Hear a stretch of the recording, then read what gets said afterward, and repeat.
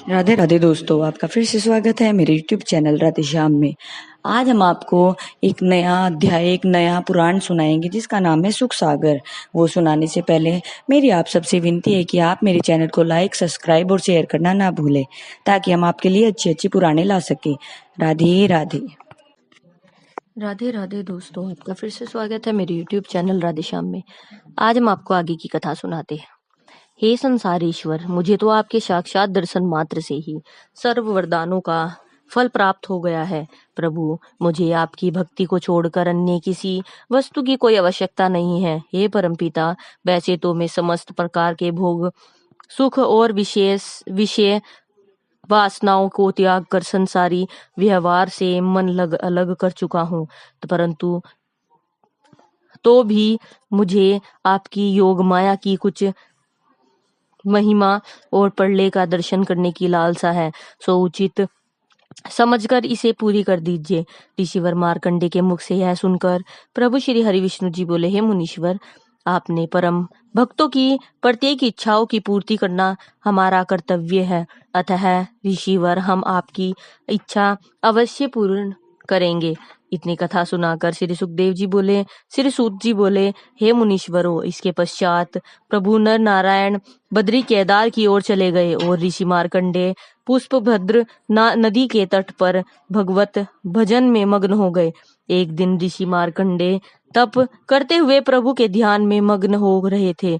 आकस्मक उन्होंने क्या देखा कि चारों ओर से प्रचंड पवन अपने पूर्व वेग से समस्त चराचर जीवों को कंपायमान करती हुई भीषण गर्जना सहित उस ओर आ रही है। इसी अवसर में उन्होंने और क्या देखा कि प्रचंड वायु के साथ साथ प्रलय काल की घनघोर घटा बिजली सहित भीषण गर्जना करती हुई भीषण मूसलाधार वर्षा करने लगी।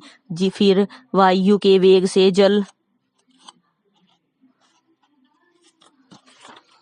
में असंख्य तरंग उठ उठकर चारों ओर से पृथ्वी को डुबाने लगी। फिर थोड़ी ही देर के पश्चात ऋषिवर मार्कंडे चारों तरफ केवल जल ही जल देखकर विस्मित होते हुए अथाह जल में गोते खाने लगे। उस समय ऋषिवर मार्कंडे को भूमि, आकाश, स्वर्ग, नक्षत्र और दिशा आदि कुछ भी न दिखाई देकर केवल उन्नत लहरों युक्त जल ही जल दिखाई दे रहा था। फिर जिस पर वे अपनी बड़ी सुंदर सुनहरी जटाओं को छिटकाए हुए जड़ अंध की तरह उथल पुथल होते हुए उद्देश्य हित भ्रमण कर रहे थे।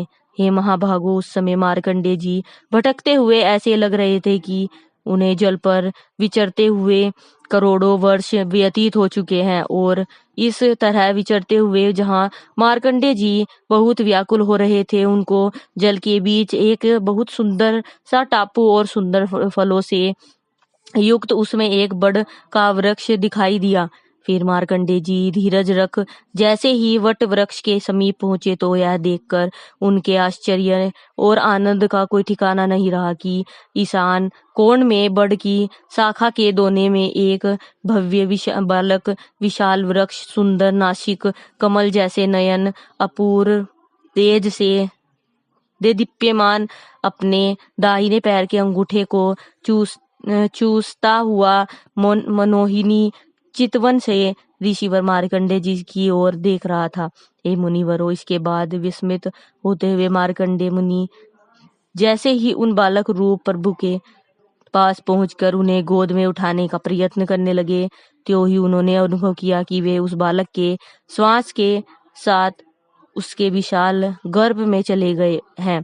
बालक रूप भगवान के गर्भ में जाने के बाद मार्कंडे जी ने देखा कि न वह प्रलय का जल, वह टापू और न ही वह बड़ का वृक्ष है, बल्कि भूमि, आकाश, स्वर्ग, नक्षत्र गण, समुद्र, द्वीप खंड, दिशा, देव दैत्य, मनुज, पशु पक्षी, वन विदेश, नदी, नगर, ग्राम, खेत, कान, अन्न और पंचभूत तथा इनसे रचे जाने वाले अनेक पदार्थ, युग युगांतर, कल्प और कल्पों की कल्पना करने वाला काल एवं जो कुछ संसारी चराचर जीवों का व्यवहार होता है, वह समस्त बालक के उदर में देखा।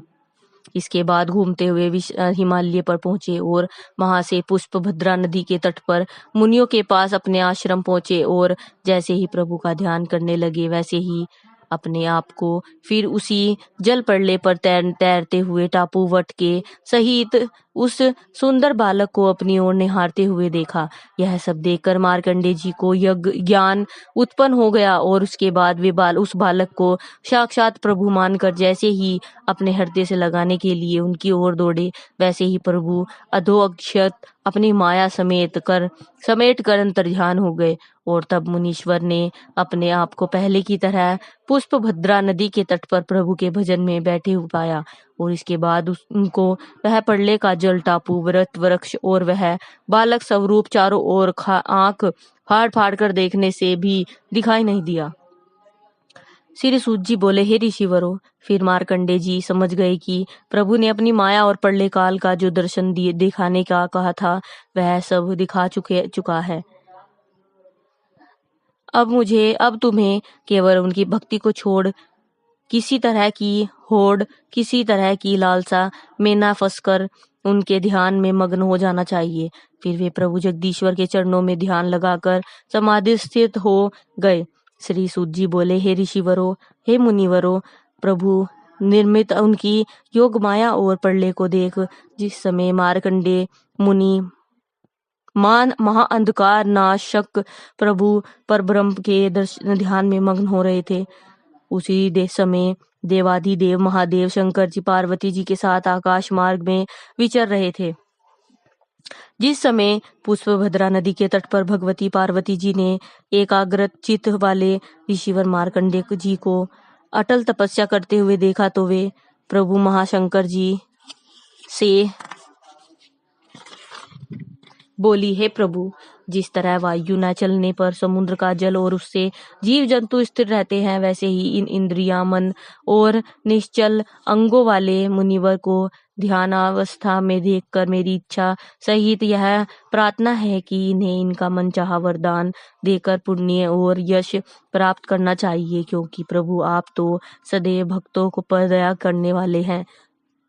भगवती पार्वती के मुख से यह सुनकर महादेव शंकर जी बोले, संसारेश्वर की अनुकंपा से ऋषि संसारिक सुखों की नहीं बल्कि मोक्ष की सीमा भी लांघ गए हैं। वैसे तो इन महापुरुषों को कभी किसी वस्तु की इच्छा नहीं है होती, लेकिन तो भी चलो इसके पास जाकर उनके सत्संग तो किया जा सकता है। आज की कथा में ये समाप्त करते हैं, आगे की कथा आपको कल सुनाएंगे। राधे राधे, राधे राधे, राधे राधे, जय श्री कृष्ण। अगर आपको मेरी वीडियो अच्छी लगी तो बेल आइकन दबाना ना भूलें ताकि आपको मेरी आने वाली वीडियोस का नोटिफिकेशन मिलता रहे।